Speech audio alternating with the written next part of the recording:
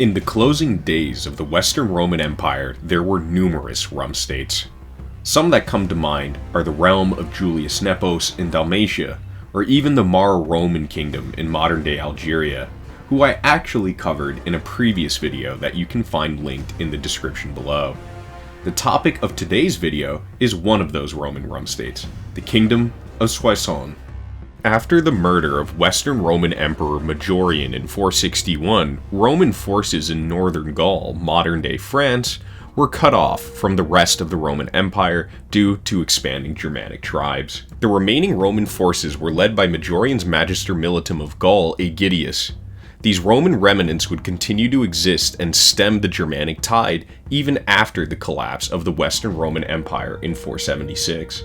In fact, the Roman Gallic forces even managed to outlive the Dalmatian realm of Julius Nepos, making it the last surviving Roman Rump state of the Western Roman Empire, with the only potential exception being the Mauro-Roman kingdom. Nonetheless, this Romano-Gallic Rump state is remembered as the Kingdom of Soissons.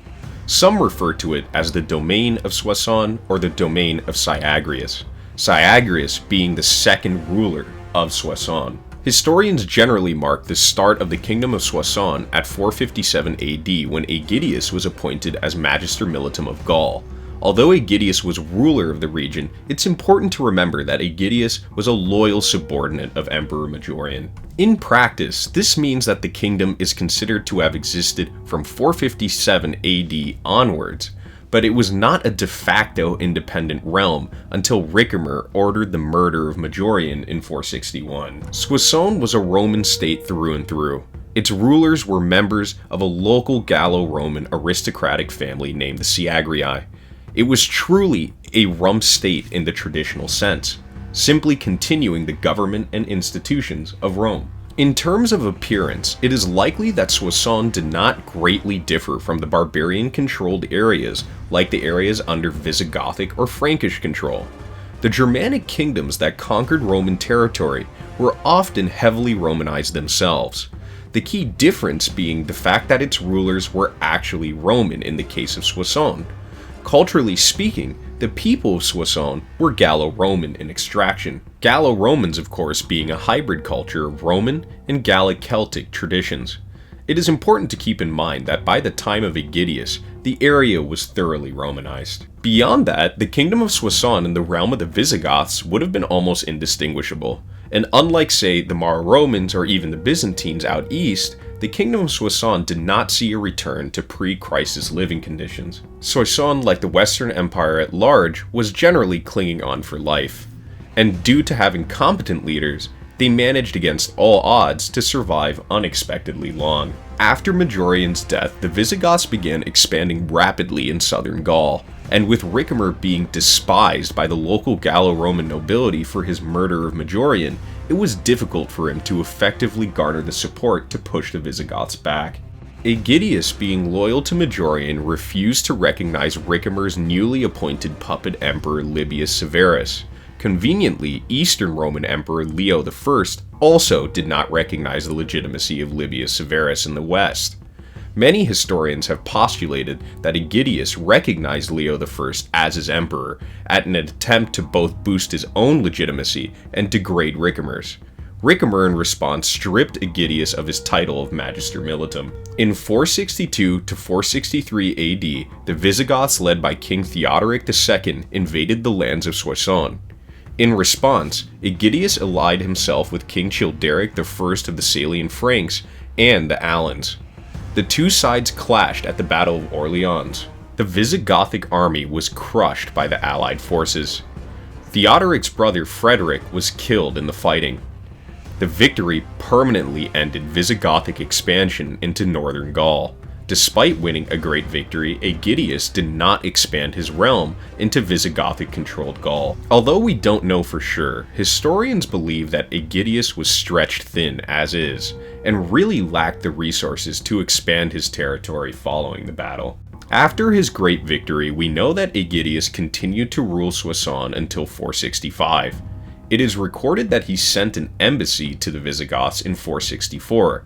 We unfortunately do not know what came of this meeting. It is believed that he had spent the remainder of his reign defending against local Germanic warlords and raiders.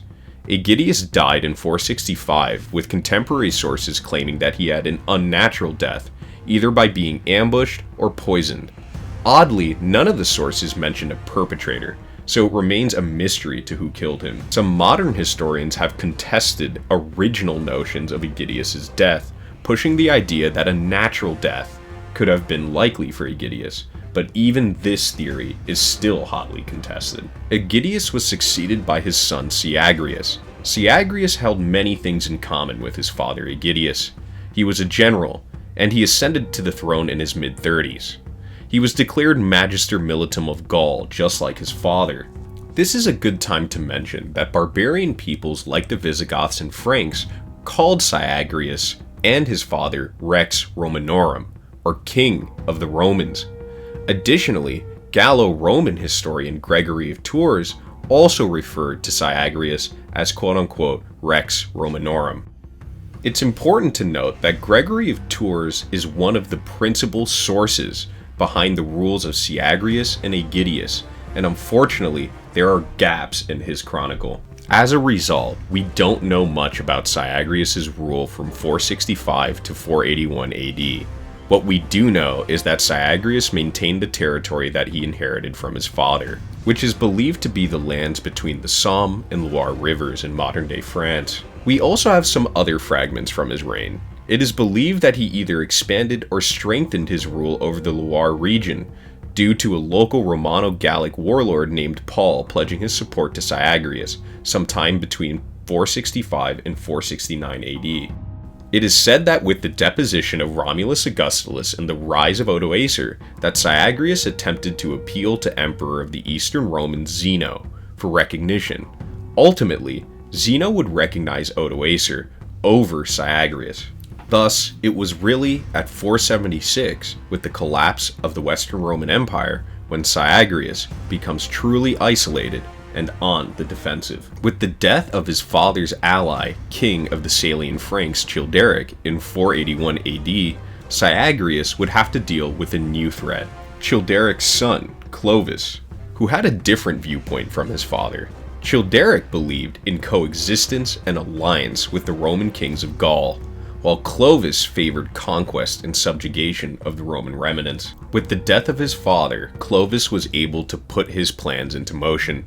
It is believed that shortly after Clovis ascended to the Frankish throne, that the two realms were at constant war. Initially, Clovis's invasions were actually unsuccessful. Syagrius wouldn't be defeated until 486, 5 years after the start of Clovis's conflict. Chronicler Gregory of Tours claimed that Clovis challenged Syagrius to a pitched battle, and that the two sides faced off with about 6,000 men on each side. Clovis won a decisive victory, and Syagrius fled the field of battle, fleeing to the Visigothic kingdom for refuge. Clovis then threatened war on the Visigoths for harboring Syagrius, so the Visigoths handed him over. Syagrius was unfortunately stabbed to death in secret by agents of Clovis shortly after entering Frankish custody. The realm of Syagrius ceased to exist, and the final, relatively undisputed remnant of the Western Roman Empire fell in 486 AD. Clovis would now rule the 2 times as large Frankish realm until 511. The area would continue to be ruled by the Franks for hundreds of years, and Clovis's actions would lay the early groundworks for the rise of Charlemagne. Interestingly, under the Germanic conquerors, the Syagrii family continued to be local nobility and to serve in the bureaucracy and church. It is known that a family member of Syagrius was a diplomat from the Franks to the Byzantines in 585 AD. The next mention of the family is nearly 200 years later in 739 AD. A Syagrii family member is recorded of making a sizable donation to the church. The final mention of the family is of an abbot in Nantua in 757 AD. After this, the family fades into obscurity. Before I end the video, I want to address the fact that there has been past debate to whether or not the Kingdom of Soissons even really existed, or if it's really just a historiographic designation. Although questioning the existence of Soissons became a serious academic debate in the 1980s, Today, modern historians have a general consensus that the Kingdom of Syagrius was in fact a real realm. The main skeptic of Soissons' existence, English historian Edward James, has in recent years pushed the idea that Soissons did in fact exist, bringing consensus back to the debate. It is important to remember that scholarship is always evolving, and that in time periods with limited sources like the fall of the Roman Empire, academic debate is still taking place. Thanks for watching, and please check back later this week for a Celtic history related short in honor of St. Patrick's Day. Don't forget to like and subscribe, and if you'd like to leave a suggestion, please leave it in the comment section down below.